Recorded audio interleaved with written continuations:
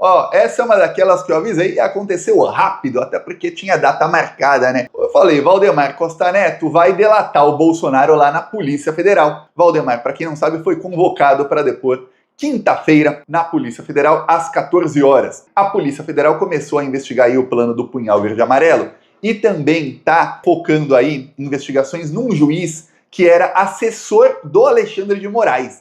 Tem um juiz aí que era assessor do Alexandre de Moraes, que a Polícia Federal descobriu que ele ajudou a confeccionar o dossiê golpista. Teve um dossiê que o PL utilizou, feito por um instituto chamado Instituto Voto Legal, e esse dossiê foi utilizado pelo Bolsonaro para questionar as urnas e pelo PL do Valdemar Costa Neto e do Bolsonaro, mas o presidente é o Valdemar, não é o Bolsonaro. O PL utilizou esse dossiê com um monte de fake news, para questionar o resultado das urnas em mais de 300 mil urnas eletrônicas, dizendo que, olha, essas urnas são fraudadas só no segundo turno e só na eleição presidencial. Ou seja, primeiro turno essas urnas estão ok, viu? Por favor, não investiguem nada aí e não anulem o primeiro turno dessas urnas, só o segundo.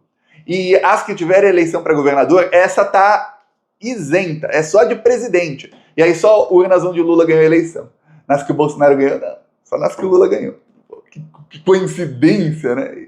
Como é que eles escolheram essas urnas? Eles foram lá e encontraram algum indício? Não. Eles escolheram essas 308 mil urnas de acordo com o resultado delas. Elas deram mais votos para o Lula. Então isso é a prova de que foram fraudadas aí para o PL. Pois bem, então convocaram o Marcelo Câmara, que era um dos chefes de gabinete do Bolsonaro, o Valdemar e este juiz para depor. O juiz depois, por videoconferência. A defesa do juiz não quis falar nada sobre o depoimento. Ele está em pânico. Esse juiz é um dos próximos que vai acabar preso, tá? Era juiz, já foi afastado pelo CNJ, só que, para as vossas excelências, quando são afastados, eles continuam ganhando salário e a pena máxima é ser demitido com salário integral. Mas, Thiago, qualquer trabalhador que ganha bem adoraria receber salário integral para ficar em casa, não gostaria? Sim. Então por que para o juiz isso é uma punição? Aí você me pegou. Aí me pegou mesmo. Eu vou citar uma coisa para você ver como é punição mesmo para juiz. Teve uma juíza que colocou uma menina de 15 anos uma vez numa cela com 40 homens. Aí imagina o que aconteceu com a menina. Ela foi afastada com salário integral. Aí depois ela acabou demitida também, viu? Ela recorrendo do afastamento dela, ela disse que estava com depressão, que a vida financeira dela piorou muito. Você fala, mas você está com salário integral, como é que piorou a vida financeira? O que essa juíza fazia quando estava no cargo, que a vida financeira dela era tão melhor? Voltemos aí ao juiz aí que foi afastado pelo CNJ. Ele está aí enfrentando esse trauma, a vida financeira dele está ruim. Foi depor. Segundo a Polícia Federal, ele ajudou o Instituto Voto Legal, e olha, ele estava dentro do TSE, ajudando o Instituto Voto Legal a fazer o relatório contra as urnas eletrônicas.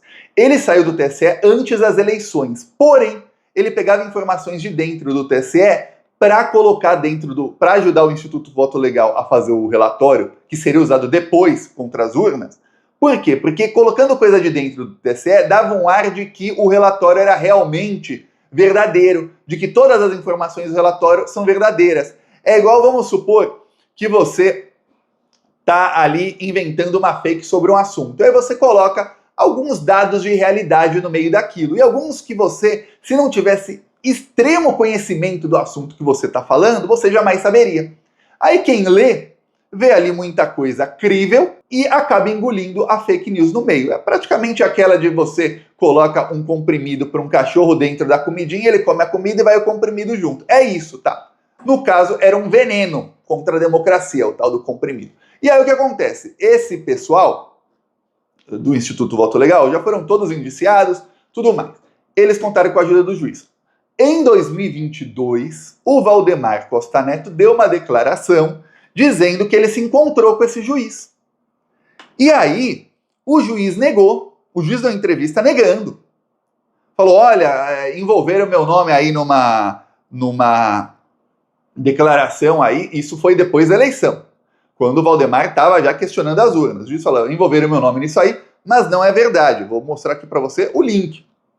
Bolsonaro distribui cargos com mandato fixo antes de sair. Aí vamos lá. Última notícia aqui, que não tem a ver com o título.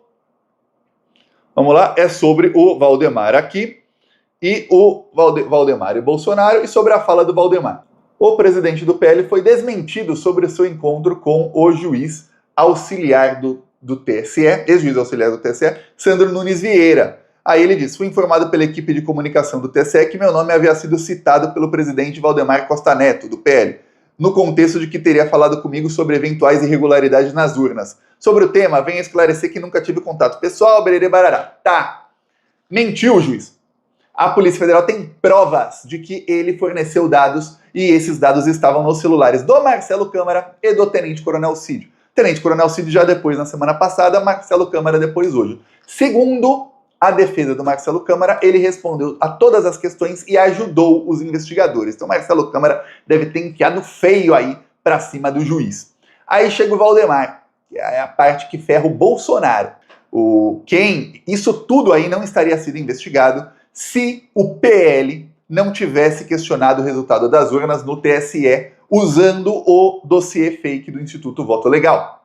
Fazer um dossiê fake contra as urnas e não divulgar e não usar para nada não é crime. Você faz, fica na sua casa, pronto, ninguém nunca viu. Agora, fazer o dossiê fake e utilizá-lo para divulgá-lo para todo mundo, dizendo que a eleição foi fraudada, e, pior, usar esse dossiê fake para questionar na justiça o resultado das urnas, para duas coisas. Primeiro, o Bolsonaro, quando desse o golpe de Estado, fosse estado de sítio, com ou sem decreto, artigo 142, qualquer coisa, ele teria desculpa de que, eu tentei na justiça, o ditador Alexandre negou. E, segundo, quando o Alexandre negasse, os bolsonaristas vão ficar mais ainda em polvorosa, mais ainda em fúria. Então, dois motivos tinham aí para isso. Aí é crime. Quem fez a ação? Valdemar Costa Neto, porque apenas partidos políticos podiam entrar na justiça. O candidato à presidência, Jair Bolsonaro, então presidente, não podia fazer isso por si só. Ele precisava de um partido político que participou da eleição, sendo com um candidato ou na coligação. Pois bem, de todos os partidos aí que participaram da eleição, o Bolsonaro falou com o PL, que era o partido dele mesmo, e o Valdemar Costa Neto. Aí vem a pior parte, que é a parte que pega o Bolsonaro. A Polícia Federal tem provas, e saiu no relatório final, de que o Valdemar Costa Neto pagou R$450 mil ao Instituto Voto Legal para elaboração desse dossiê. Eles cometem o crime e ainda pagam muito, R$500 mil para fazer aí um documento fake dizendo que a eleição foi fraudada. Pô, tá fácil para esse pessoal ganhar dinheiro, hein? Lembrando, dinheiro público, é dinheiro do fundo partidário, dinheiro público. O Valdemar pagou, então o Valdemar financiou a tentativa de golpe de Estado, queira ou não, e não tem como falar, eu não achava que era para isso. Pô, não tem como, naquele momento, você não saber, senhor Valdemar. Você sabia que era para o golpe de Estado, você financiou, você usou dinheiro do seu partido, quem controla o caixa é você para fazer isso. Por quê? Porque o Bolsonaro mandou.